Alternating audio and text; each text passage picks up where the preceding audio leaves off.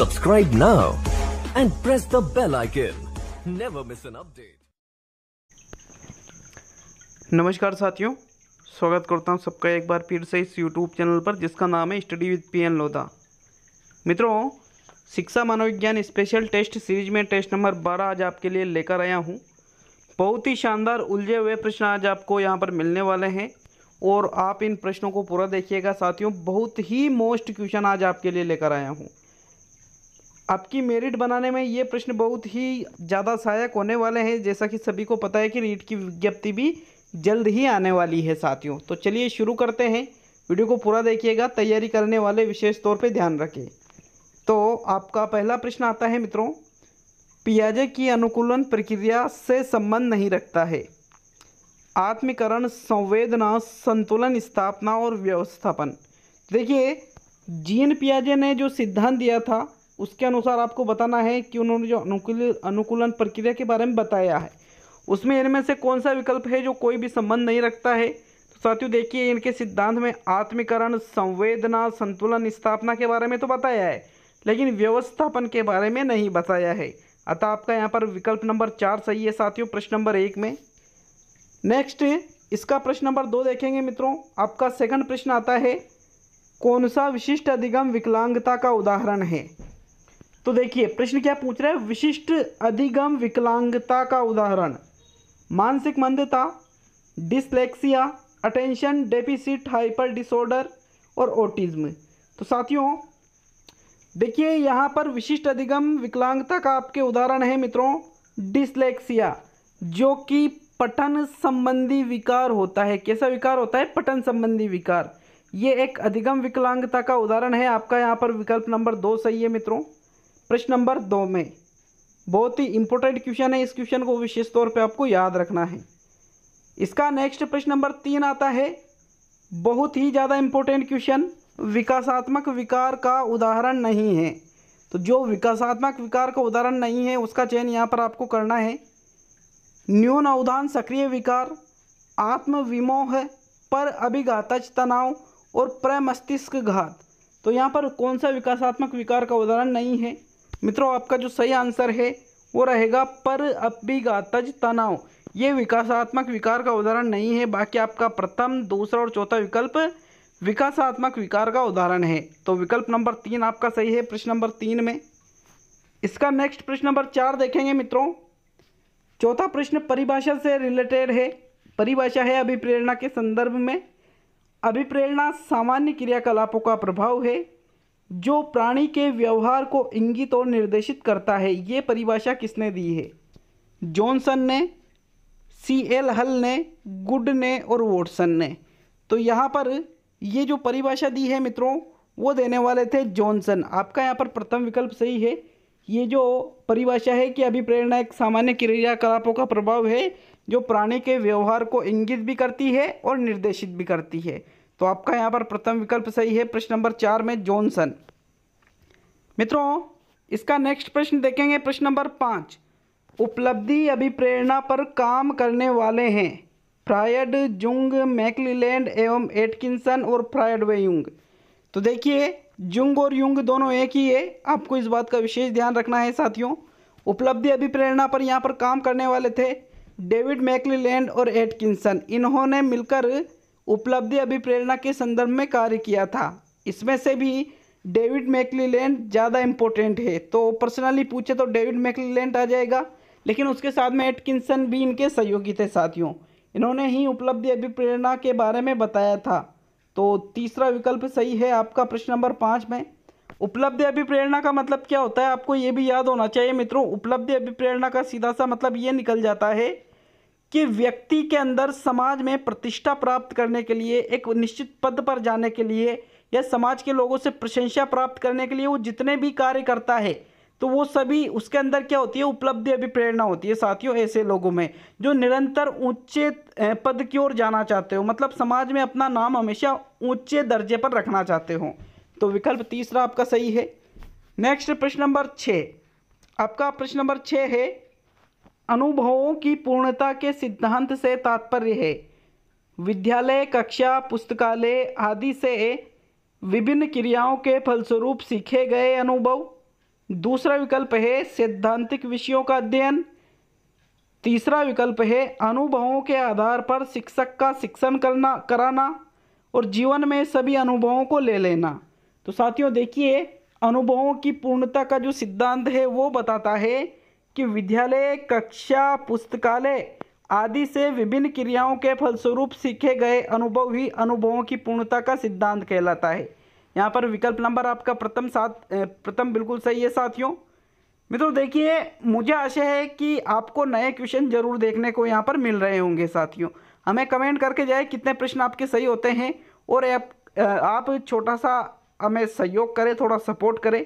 एक आपका सब्सक्राइबर हमें एक पॉजिटिव रिस्पॉन्स मिलता है मित्रों, क्योंकि आप लोग जुड़ते हो तो ऐसा लगता है कि हाँ भाई हमसे भी कोई जुड़ा हुआ है।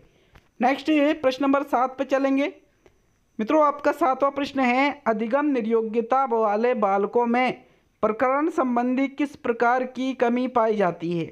जो अधिगम निर्योग्यता वाले जो बालक होते हैं जिनमें लर्निंग डिसेबिलिटी होती है, तो उन्होंने प्रकरण संबंधी कौन सी कमी होती है उनमें? अत्यधिक सक्रिय विकार होता है, कम मानसिक सक्रियता होती है, संख्याओं संबंधी सूचनाओं को याद करने में वो ज़्यादा समय लेते हैं और उनकी दिशा की समझ भी कम होती है, या मांसपेशियों पर उनका नियंत्रण कम होता है। तो साथियों जो लर्निंग डिसेबिलिटी वाले बालक होते हैं उनमें संख्याओं संबंधी सूचनाओं को याद करने में वो समय ज़्यादा लेते हैं और दिशा की समझ भी इनमें कम होती है मित्रों। तो विकल्प 3 आपका यहाँ पर सही है प्रश्न नंबर 7 में। मित्रों नेक्स्ट प्रश्न नंबर 8 पे चलते हैं। अभिरुचि का अर्थ है, अभिरुचि अपन कहते हैं ना, अभिरुचि आपने कई बार इस शब्द का प्रयोग कर रखा होगा। इसका अर्थ क्या होता है? व्यक्तिक योग्यता और विशेषताओं का योग, अनुशासनहीनता, अच्छी आदतों का समूह और मूल प्रवृत्तियों की अधिकता।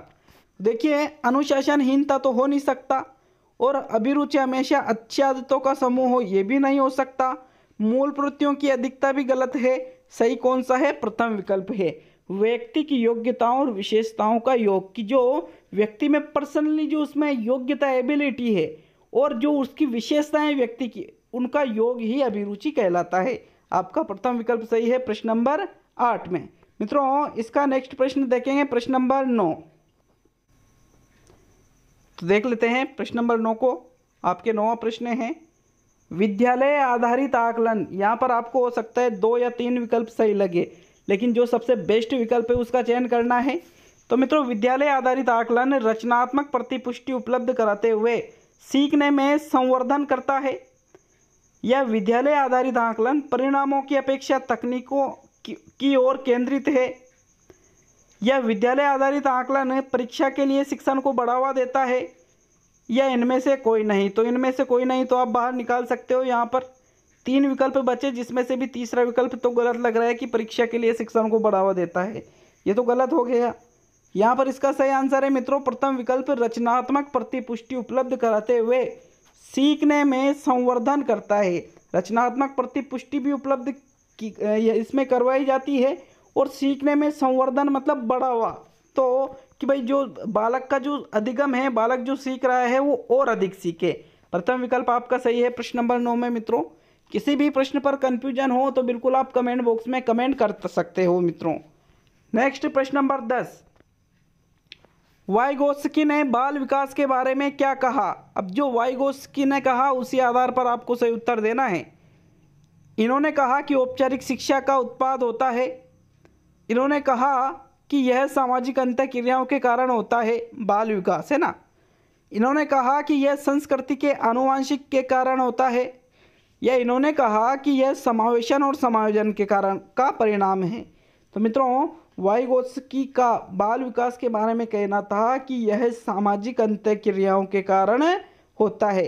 बालक जो समाज में रहकर सामाजिक अंतःक्रिया करता है जिसके फलस्वरूप ही उसका विकास होता है साथियों। तो विकल्प दूसरा प्रश्न नंबर 10 में आपका बिल्कुल सही आंसर है। इसके अगले प्रश्न में चलेंगे। आपके अगला प्रश्न है मित्रों प्रश्न नंबर 11 में, जो संबंध विकास का परिपक्वता से है, जैसे विकास का संबंध होता है ना परिपक्वता से, तो इन दोनों के बीच जो संबंध है वो ही संबंध उद्दीपन का किससे है। उद्दीपन का संबंध बताना है, परिवर्तन से है, प्रयास से है, प्रतिक्रिया से है या परिणाम से है। तो साथियों देखिए, जो संबंध विकास का परिपक्वता से है वही संबंध उद्दीपन का प्रतिक्रिया या अनुक्रिया से है। तो आपका यहाँ पर विकल्प नंबर 3 सही है, उद्दीपन, अनुक्रिया या प्रतिक्रिया। इस चीज को आपने कई बार सुन रखा होगा। विकल्प 3 प्रश्न नंबर 11 में बिल्कुल सही आंसर है साथियों। मित्रों नेक्स्ट प्रश्न नंबर 12वां प्रश्न आपके आता है, सृजनशीलता का तत्व नहीं है। सृजनशीलता, क्रिएटिविटी के बारे में सभी ने सुन रखा है, तो कौन सा तत्व सृजनशीलता का नहीं है?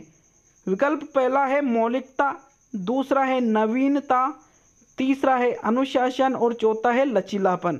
देखिए, सृजनशीलता में मौलिकता पाई जाती है, नवीनता पाई जाती है, लचीलापन पाया जाता है, धारा प्रवाह पाया जाता है, लेकिन इसमें अनुशासन जैसा कोई तत्व मौजूद नहीं है साथियों।